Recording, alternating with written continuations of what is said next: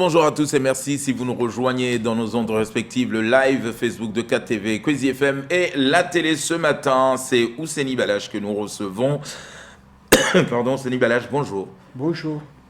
D'abord, on va parler de discrimination, on va parler de préférences locales, on va parler de toutes ces finalement revendications. Balache, on a l'impression que ça fait des années que les syndicats montent au créneau mais que ça ne bouge pas. Pourquoi en 2020, avec une crise sanitaire, avec une économie touchée, ça bougerait? Pourquoi est-ce que ça bougerait? Ça, c'est une revendication de longue date, comme vous venez de le dire, mais tout simplement, tant que nous ne sommes pas arrivés à bon port, oui. Nous ne devons pas du tout baisser les bras pour dire que ça c'est une bataille qui est déjà perdue. Nous savons tous comment est-ce que l'évolution même du code du travail a été mise en place au niveau national depuis les années 1800 que les salariés se sont levés pour pouvoir revendiquer le droit à l'égalité sociale. Alors, quand vous dites, Balache, aujourd'hui, quand on regarde par exemple l'application immédiate, excusez-moi, hein, je sais que je peux avoir juste un verre d'eau, l'application immédiate des conventions collectives. On le sait qu'à Mayotte aujourd'hui, entre le patronat, notamment on parle aujourd'hui du MEDEF, on parle des syndicats, on a l'impression que quand on se rassemble, quand on est en réunion, on parle le même discours, mais une fois qu'on doit apporter, en tout cas, on doit remonter ces informations auprès des ministères concernés, auprès de l'État, tout simplement. Finalement, le discours est erroné. Ce qui fait qu'on revient à la case départ, oui, convention collective, mais ça ne change pas. Qu'est-ce qu'on vous dit concrètement? Pourquoi aujourd'hui cette application immédiate de convention collective a un problème à Mayotte? Kamar, c'est tout simplement raison pour laquelle nous, salariés de Mayotte, nous avons assez fait de sacrifices.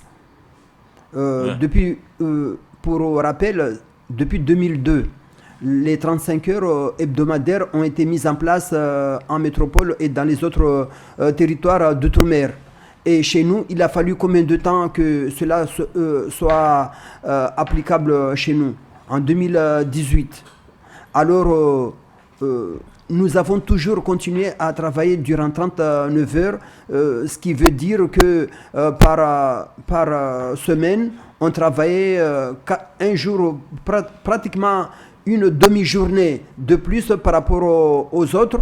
Et puis après, par semaine, par mois, on comptabilisait à peu près 250 € en moyenne que nous donnions gratuitement aux entreprises à Mayotte. Et cela ne nous a jamais été reconnu. À chaque fois que les salariés demandaient quelque chose, on nous disait qu'il y a des soucis par-ci, il y a des soucis par-là. Les employeurs ne suivaient pas, ne voulaient pas du tout suivre. Et je rappelle encore que la plupart des entreprises qui sont à Mayotte, les grandes entreprises, c'est des entreprises de la Réunion. Et nous savons que, je prends l'exemple de Vinci Local, nous, salariés de Mayotte qui contribuons pour le bon avancement économique de ces entreprises, ce que nous cotisons, ce que nous contribuons, rentre dans la caisse de Vinci de la Réunion, ou même Orange. Je prends l'exemple de Orange ou de SFR. SFR aujourd'hui, je dirais, alhamdoulilah, il a pu se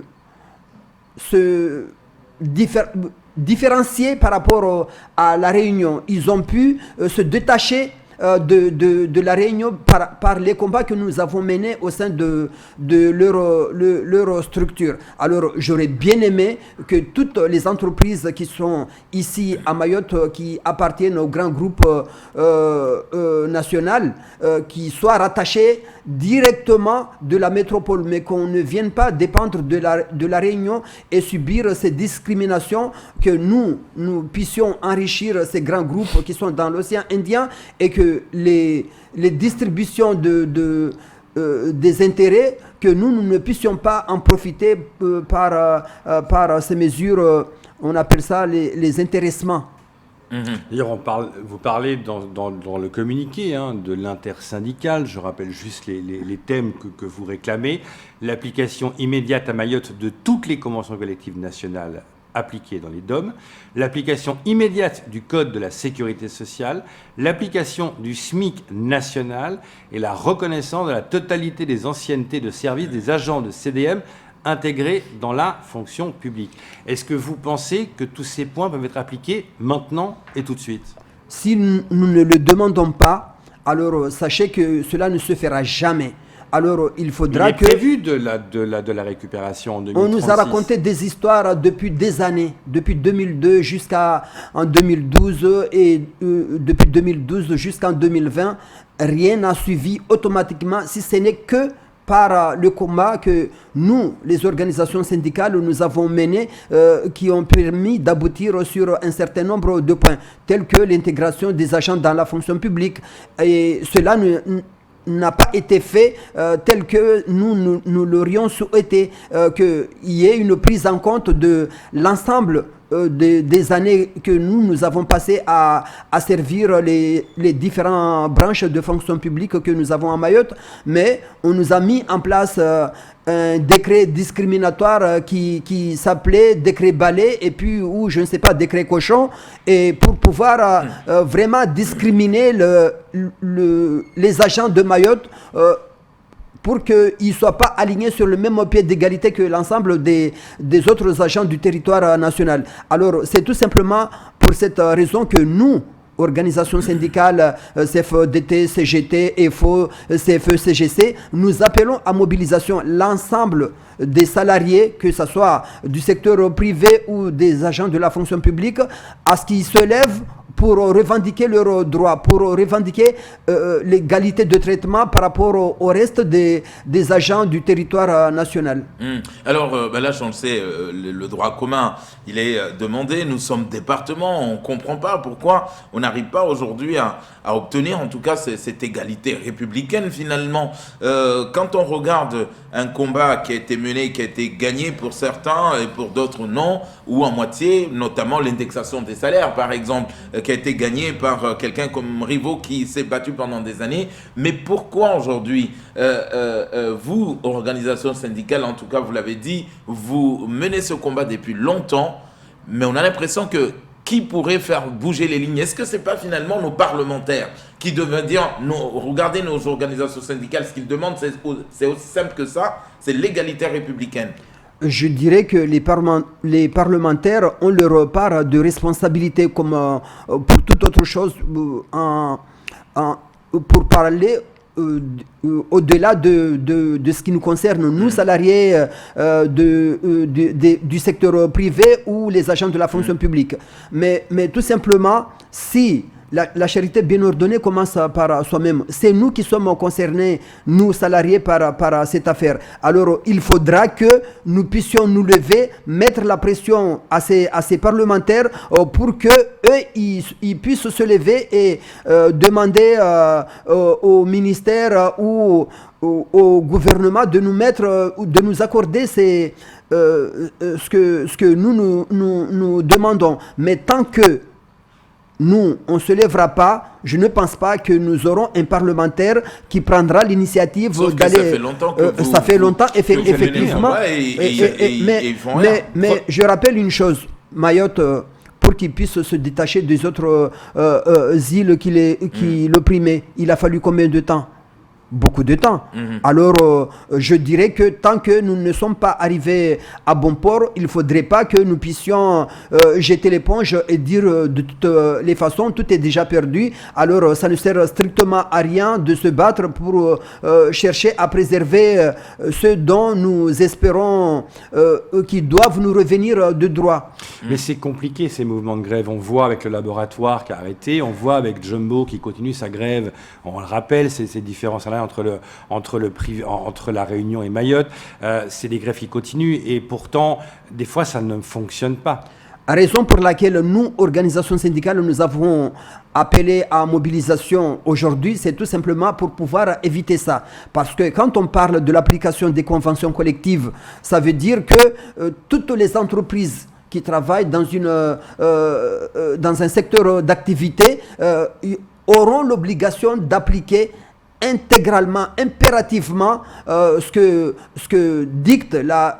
Mais certains employeurs disent qu'ils ne peuvent pas le faire à Mayotte. Comment ça qu'ils ne peuvent pas? C'est la loi qui l'exige. Alors, à partir du moment que nous avons la garantie de l'État, du ministère qui exige à ce que les conventions s'appliquent à Mayotte, alors les entreprises seront dans l'obligation de l'appliquer. Mais si nous voulons attendre la bonne volonté des entreprises pour pouvoir nous offrir ce cadeau, ça ne viendra jamais. Et les chefs d'entreprise ne seront jamais rassasiés.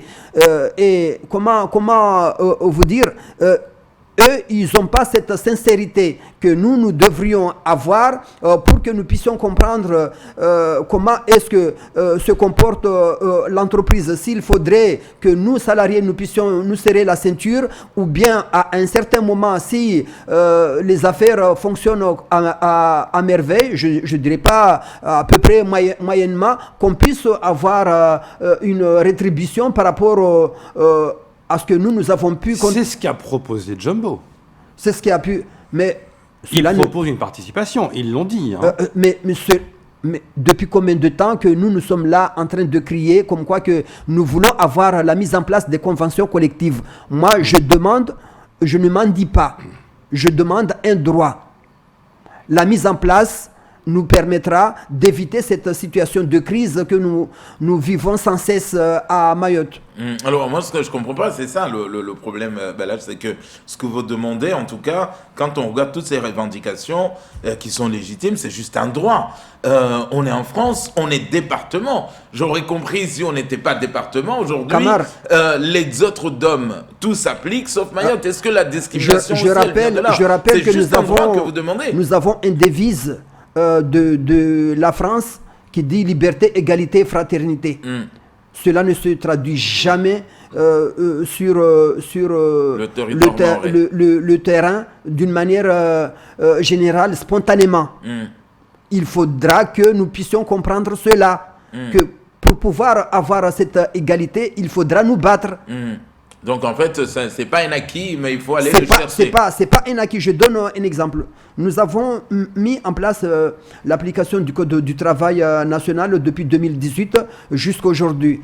Et on devrait, toi, salarié, aujourd'hui, tu devrais avoir le congé de paternité une fois que tu as mis au monde un enfant, tu devrais avoir le droit d'avoir de congé de paternité.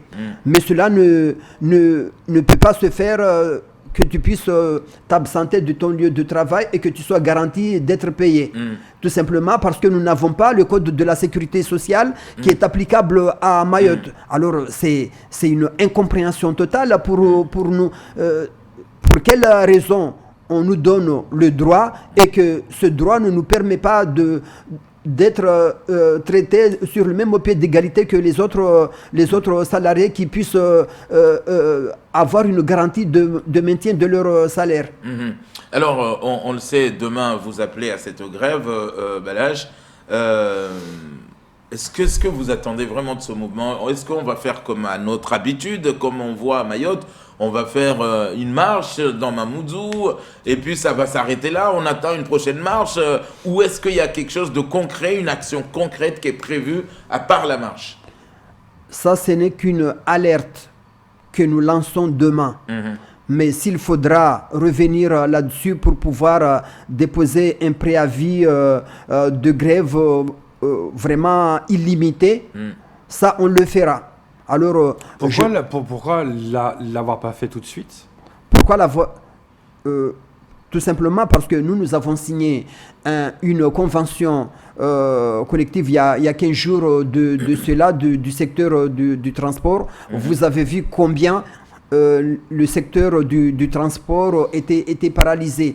Alors, suite à cela, il y a une convention collective qui a été signée uniquement pour le secteur du transport. Alors, raison pour laquelle aujourd'hui nous avons lancé un appel à mobilisation, c'est pour que nous puissions étendre l'ensemble des conventions déjà qui sont applicables dans les différents DOM, parce que nous savons que toutes les conventions possibles qui existent au niveau national ne sont pas applicables dans les territoires d'outre-mer. Mais il y a seulement une partie de ces conventions qui est appliquée. Alors nous demandons à ce que ces conventions déjà qui sont applicables dans les différents DOM le soient à Mayotte, et puis voir avec les autres territoires d'outre-mer pour que nous puissions nous battre à ce que l'intégralité des conventions existantes le soient dans les outre-mer également.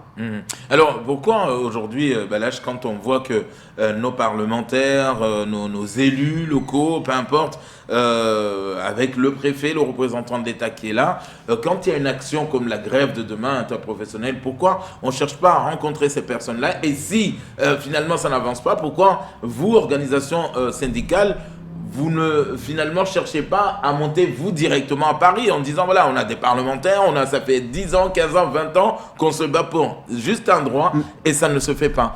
Mais je rappelle que il y a 15 jours, quand nous avons signé la convention du transport, nous avons demandé au préfet à ce qu'il y ait une délégation de représentants du patronat et de nous, partenaires sociaux, pour que nous puissions monter au ministère, organiser une réunion interministérielle entre la direction générale du travail, le ministère de la santé, parce que nous parlons de l'application de la sécurité sociale, et le ministère de l'outre-mer, pour que nous puissions débattre sur ces questions et chercher à trouver une solution rapide.